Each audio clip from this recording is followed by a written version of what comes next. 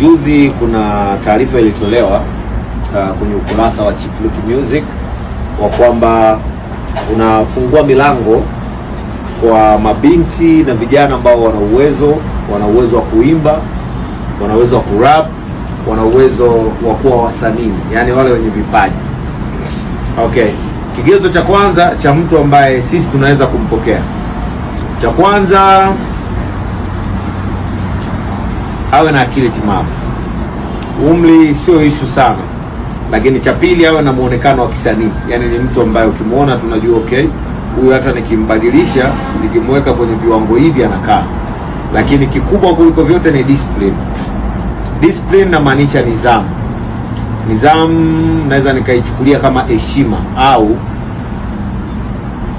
mimi kwenye record label yangu siwezi kumpokea mtu ambaye hana nidhamu. Yaani mtu ambaye aidha ni mlevi au ni malaya au ni mtu ambaye tabia zake hazipendezi, kwa sababu nataka kuibadilisha game, nataka kuchange. Hip hop imepoa sana, nataka kuichangamsha, yani hip hop ichangamke, lakini pia bongo flava ichangamke. Kwa hiyo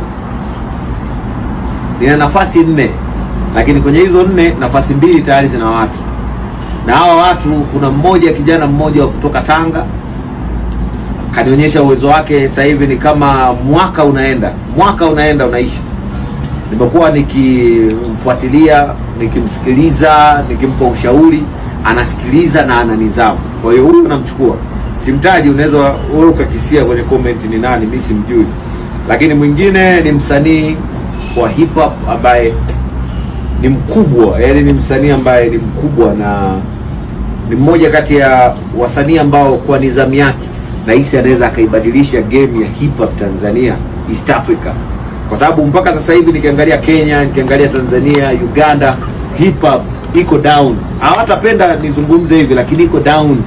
Haina nguvu kama ile hip hop ya zamani, hip hop ya kina Mwana FA, hip hop ya kina Sugu, hip hop ya kina Chidi Benz, hip hop ya kina naweza nikasema Nyandu Tozi, hip hop ya kina Kanti Boy, hip hop ya wasanii wale wa zamani. Kuna hip hop ilikuwa, hip hop ni majigambo, hip hop ni majivuno. Mimi ni mpenzi na ni mtu ambaye napenda sana hip hop, lakini kiukweli hip hop ya East Africa naona msanii mmoja tu Kenya labda naye anajitahidi, lakini sio vile ambavyo inatakiwa kuwa. Hip hop East Africa iko down. Kwa hiyo nitawekeza nguvu zangu kwenye hip hop, nitaweka pesa zangu kwenye hip hop, lakini tu kwenye hip hop nahitaji msanii ambaye atakuwa na nidhamu, anajua kwamba hao watu wanaweka hela. Kwa hiyo mimi natakiwa kubehave hivi, na hip hop tunatakiwa kuibadilisha isionekane kama hip hop ni uhuni. Hip hop nikielezea sio nielezeaje. Mimi naiheshimu sana hip hop na ninaipenda sana hip hop. Lakini kibaya zaidi media za East Africa, sisemi Tanzania tu peke yake, Kenya, angalau Kenya wanaipa heshima hip hop na wanaipa support, lakini kwa Tanzania wasanii wa hip hop hawapewi support. Yani hii ni ukweli. Kuna wasanii kama wakina Disaster Vina, kuna wasanii kama kijana wangu mmoja anaitwa Max Cortez, kuna wasanii kama Marafiale, kuna wasanii kama Salmin Swag, Conboy. Ni wasanii wakali sana, lakini hawapewi airtime. Kwa hiyo mimi kwa msaada ninaoenda kufanya, kwa sababu nina uwezo, nina nguvu, nina mamlaka, nina pesa, nitairudisha hip hop kuwa kwenye kilele, na nitachagua wasanii wenye nidhamu, wenye vipaji.